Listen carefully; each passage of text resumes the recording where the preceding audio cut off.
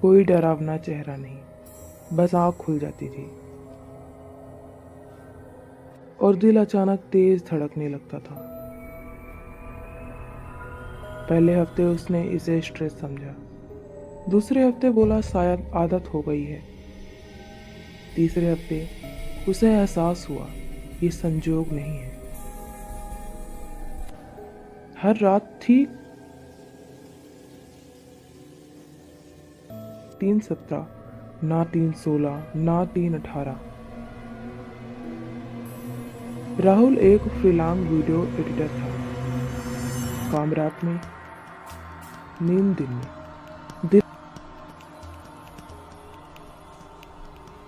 दिल्ली से दूर एक छोटे कस्बे में उसने बहुत सस्ता किराए का घर लिया था। मालिक ने सिर्फ एक बात कही थी, रात को ऊपर वाले तकरे में मत जाना। राहुल हंसा था। भैया, ऊपर भूलत है क्या? मालिक ने हंसकर जवाब नहीं दिया, बस बोला,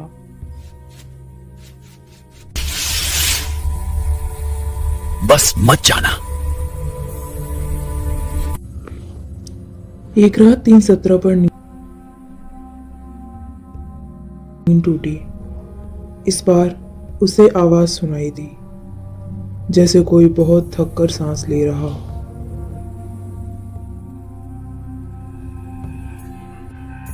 आवाज ऊपर वाले कमरे से आ रही थी। राहुल ने छत की तरफ देखा।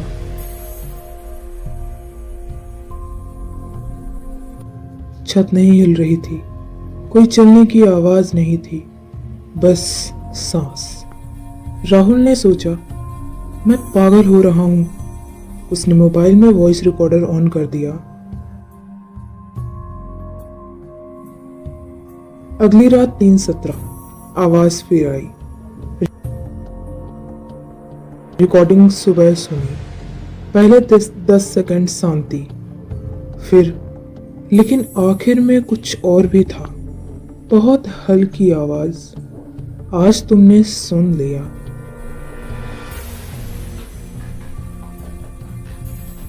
राहुल का फोन हाथ से गिर गया।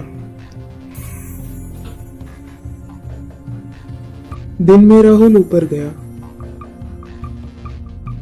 कमरा बंद था, ताला लगा था।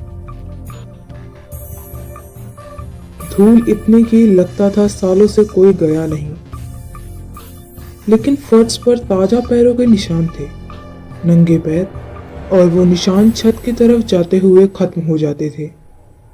बगल की आंटी ने पूछा, तुमने आवाज सुन ली ना? राहुल सन, कौन सी आवाज? आंटी ने खिड़की बंद की और बोली, वो सांस जो रात 3:17 पर आती है। राहुल का गला सूख गया। आंटी बोली, पिछले 12 साल में इस घर में जो भी रहा वो 13वें दिन गायब हो गया। क्यों? आंटी ने कहा, इसलिए क्योंकि वो सांस किसी की नहीं है। राहुल ने पुराने अखबार खोजे। 12 साल पहले एक खबर मिली, अज्ञात प्रयोग के दौरान 7 लोगों की मौत। जगह का नाम यही घर। रात में नींद की दवा पर एक एक्सपेरिमेंट, पर एक शरीर मरने से इनकार कर गया। उस शरीर ने बोलना बंद किया, हिलना बंद किया, पर सांस लेना नहीं छोड़ा।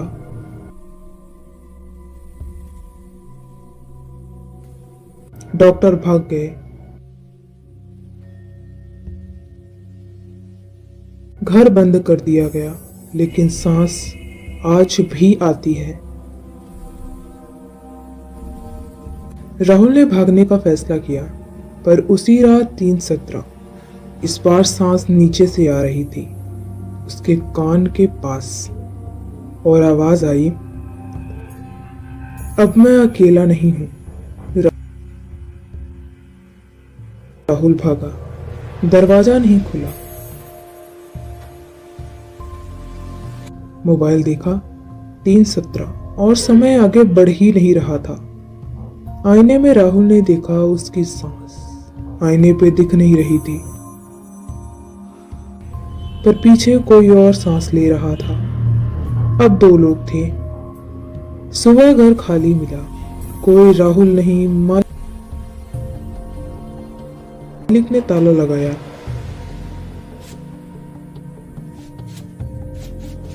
नया पोस्टर लगा, घर किराए पर है, बहुत सस्ता। और रात 3:17 पर अब दो सांसें आती हैं। दी एंड।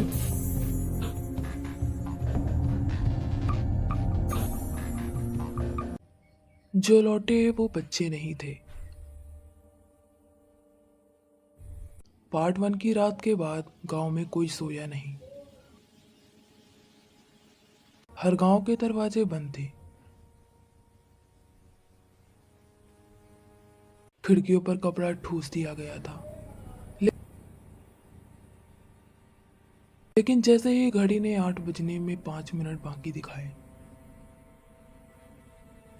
हवा फिर से बदलने लगी।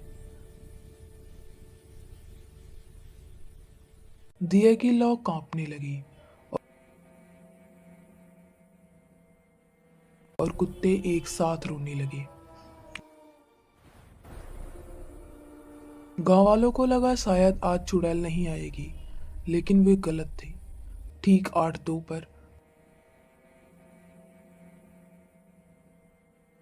गांव के बाहर वाली पगडंडी से 3 छोटे छोटे कदमों की आवाज आई।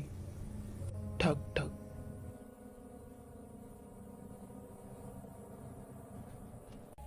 लोग छतों से झांकने लगे। It's moving. Something's there. वो थे वही बच्चे जो पिछली रात गायब हो गए। लेकिन उनके कपड़े गंदी नहीं थे, उनके शरीर पर खरोंच नहीं थी और चेहरों पर हल्की सी मुस्कान थी। एक माँ चिल्ला पड़ी, मेरा बेटा लौट आया। वो दौड़कर बाहर निकली। अचानक बरगद के नीचे से धोली दाई की आवाज गूंजी, रुको, जो लौटे हैं वो तुम्हारे बच्चे नहीं हैं।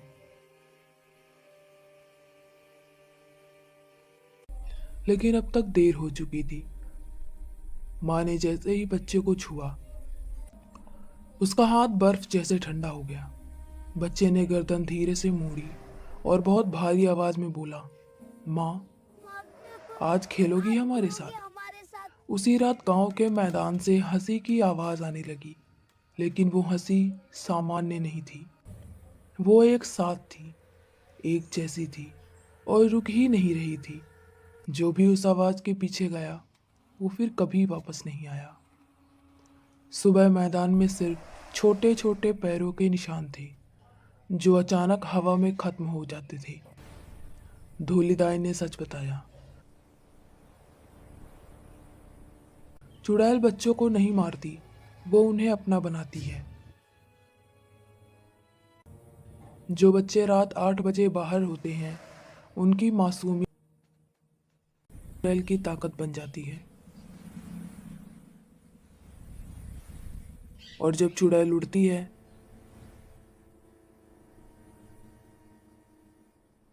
तो उसके झाड़ू पर सिर्फ वो नहीं होती, उसके साथ वो बच्चे भी होते हैं।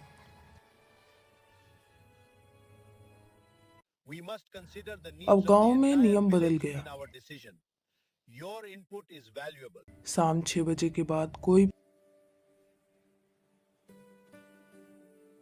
भी बाहर नहीं निकलेगा। लेकिन डर यहीं खत्म नहीं हुआ।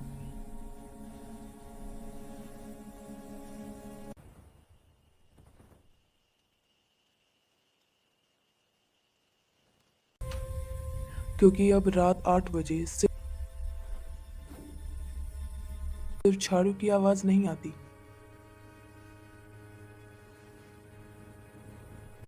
बल्कि घर के अंदर से बच्चों की आवाज आती है।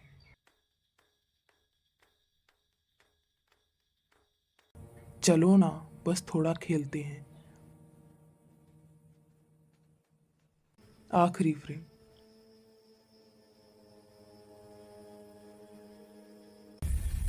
घड़ी में ठीक 8। दीवार पर बच्चों की परछाइयां और बाहर आसमान में झाड़ू पर बैठी चुड़ैल।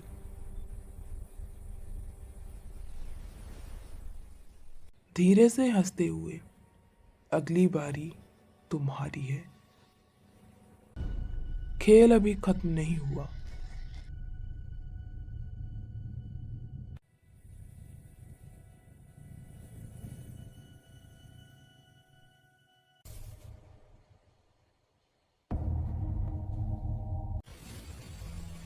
पीपल वाला कुआं।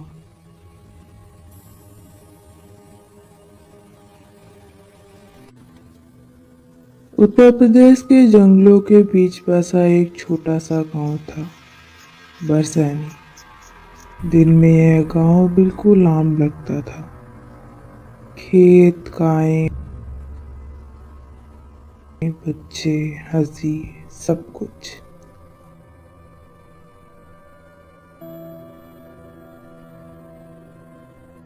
लेकिन शाम होते ही कुछ बदल जाता।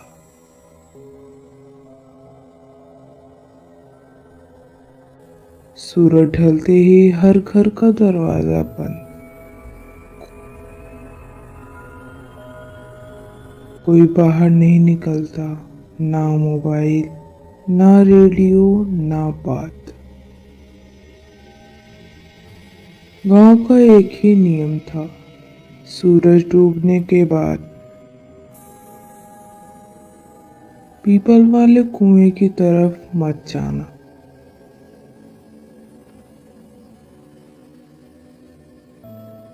कोई नहीं बताता क्यों, बस इतना कहना,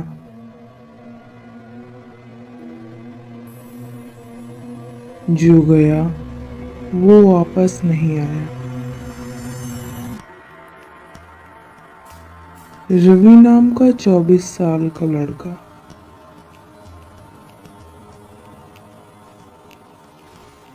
शहर से पढ़ाई पूरी करके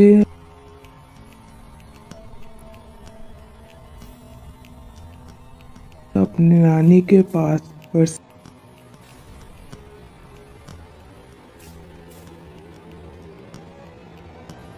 आया।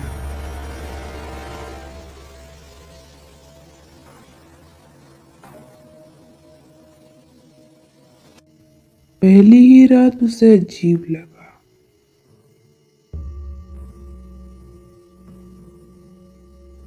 पूरा गांव 7 बजे सो गया। कुत्ते नहीं भौंक रहे, हवा तक रुकी हुई थी।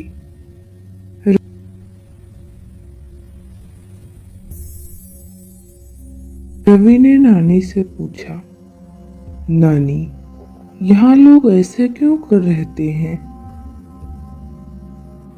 बेटा, कुछ सवाल नहीं पूछते।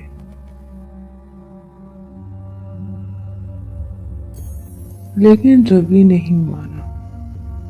अगले दिन रवि ने गांव के बीचों बीच देखा एक पुराना पीपल का पेड़।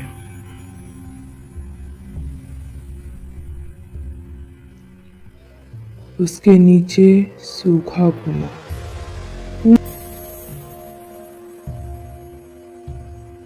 कुएं के चारों ओर लाल धागे, नींबू, काले धब्बे।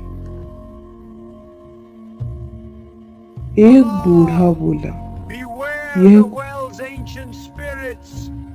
They awaken at night. कुआं सूखा नहीं है,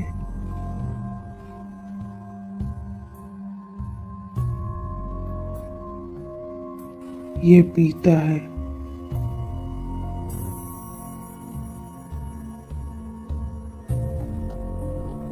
रवि हंस दिया।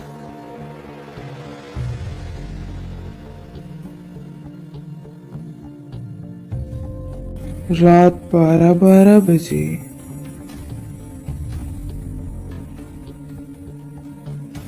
रवि की नींद खुली।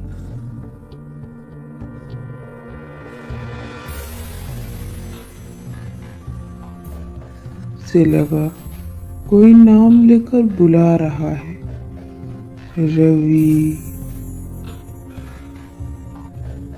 आवाज कुएं की दिशा से आ रही थी।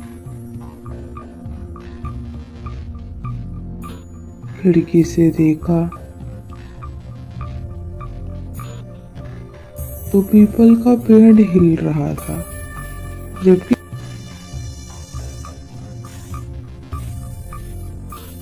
हवा नहीं चल रही थी।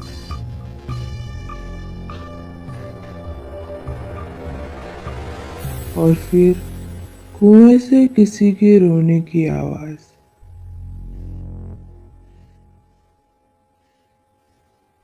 सुबह रवि ने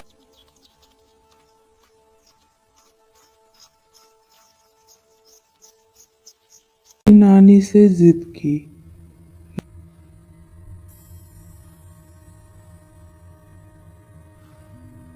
नानी रो पड़ी।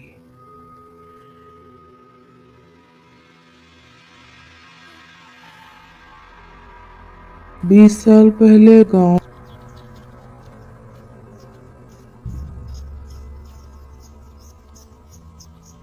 में अकाल पड़ा था।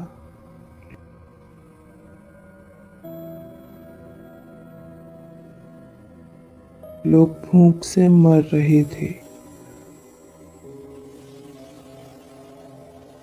तब एक तांत्रिक आया। उसने कहा, एक आत्मा को भूखा रखो और वह गांव को बचाएगी। गांव वालों ने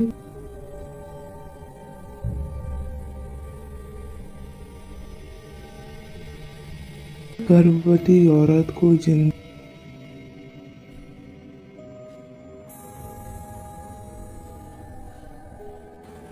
कुएं में उतार दिया।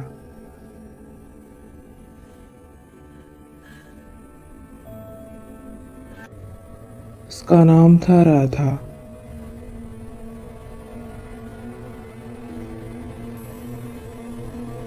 उस रात रवि फिर जागा।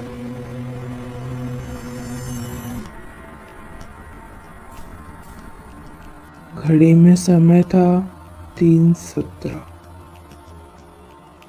इस बार आवाज पास थी। दरवाजा अपने आप खुला।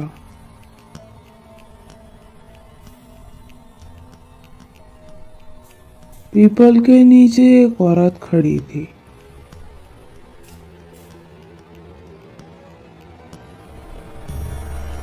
पेट फटा हुआ, आंखें खाली।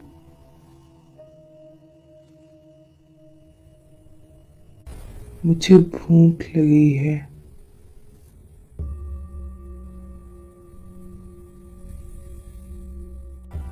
सुबह गांव के लोग कुएं के पास इकट्ठा थे।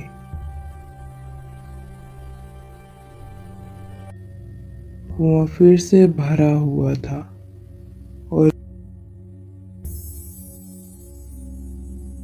रवि कभी वापस नहीं आया।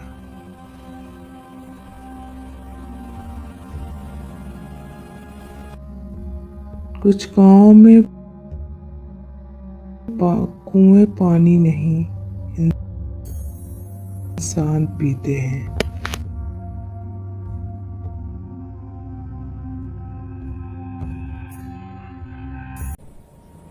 उत्तर प्रदेश के एक सुनसान इलाके में बसा था चंपापुर गांव।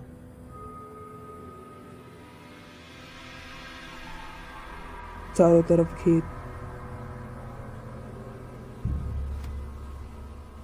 बीच में पुराना बरगद का पेड़ और गांव के बाहर एक टूटा फूटा शमशान रास्ता।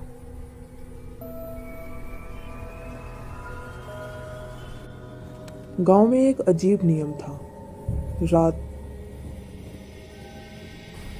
7:30 के बाद कोई बच्चा बाहर नहीं निकलता। कोई नहीं जानता था क्यों, बस इतना पता था कि जो नहीं मानता वो गायब हो जाता। एक रात शाम ठीक 8 बजे हवा अचानक ठंडी हो जाती है। कुत्ते रोने लगते हैं और दूर कहीं से झाड़ू के रगड़ने जैसी आवाज आती है। उस दिन गांव में मेला था। बच्चे रवि, सोनू, गीता खेलते खेलते समय भूल गए। घड़ी में 7:58 बज रहे थे। तभी फड़फड़ आसमान में कुछ उड़ता दिखाई दिया। गीता ने ऊपर देखा और कांप गई। वो औरत झाड़ू पर बैठी है।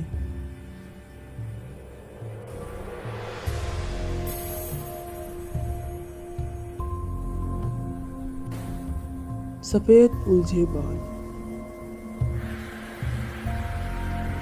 लाल चमकती आंखें और उल्टी लटकी हुई परछाई। अचानक तीनों बच्चे हवा में उड़ गए। उनकी चीखें बस हवा में घुल गई और गांव में सन्नाटा छा गया।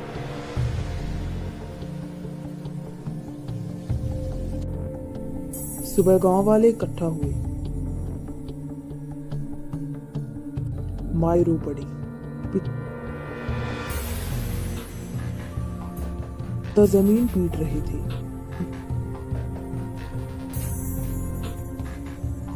बरगद के नीचे एक बूढ़ी औरत आई। थूली दाई। उसने सिर्फ इतना कहा, चुड़ैल फिर भूखी थी। गांव वालों ने डरते डरते पूछा, क्या वो बच्चे मर गए? धूली दाई की आंखें भर आई। नहीं, वो अब बच्चे नहीं रहे। धूली दाई ने बताया, सालों पहले गांव में कमली नाम की एक औरत थी।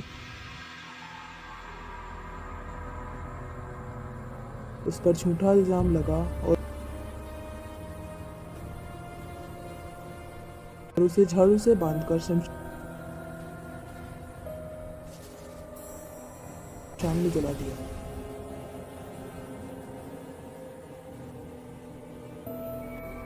मरते वक्त उसने कहा था, मैं हर उस बच्चे को ले जाऊंगी जिसे तुम संभाल नहीं पाओगी। उसकी आत्मा झाड़ू से बंध गई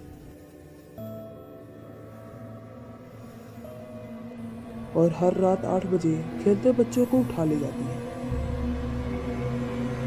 तीसरे दिन रात को गांव के बाहर 3 परछाइयां खड़ी थी, रवि, सोनू और गीता। लेकिन उनकी आंखें काली थी, पांव जमीन को छू नहीं रहे थे और मुंह से एक साथ आवाज आई, हमें घर नहीं जाना। गांव वालों ने दरवाजे बंद कर लिए। सुबह तक तीनों गायब।